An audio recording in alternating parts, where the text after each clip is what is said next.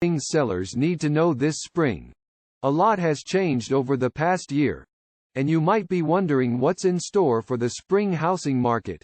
Here's what real estate professionals are saying you should keep in mind. 1. Houses that are priced right are still selling. While this spring housing market is different than last year's, sellers with proper expectations who lean on a real estate professional for the best advice on pricing their house well are still finding success. 2.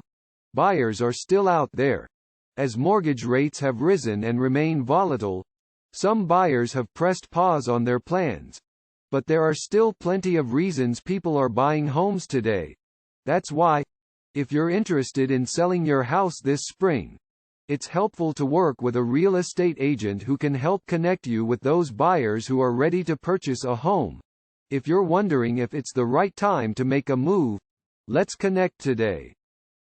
Call John Thomas with Primary Residential Mortgage at 302-703-0727.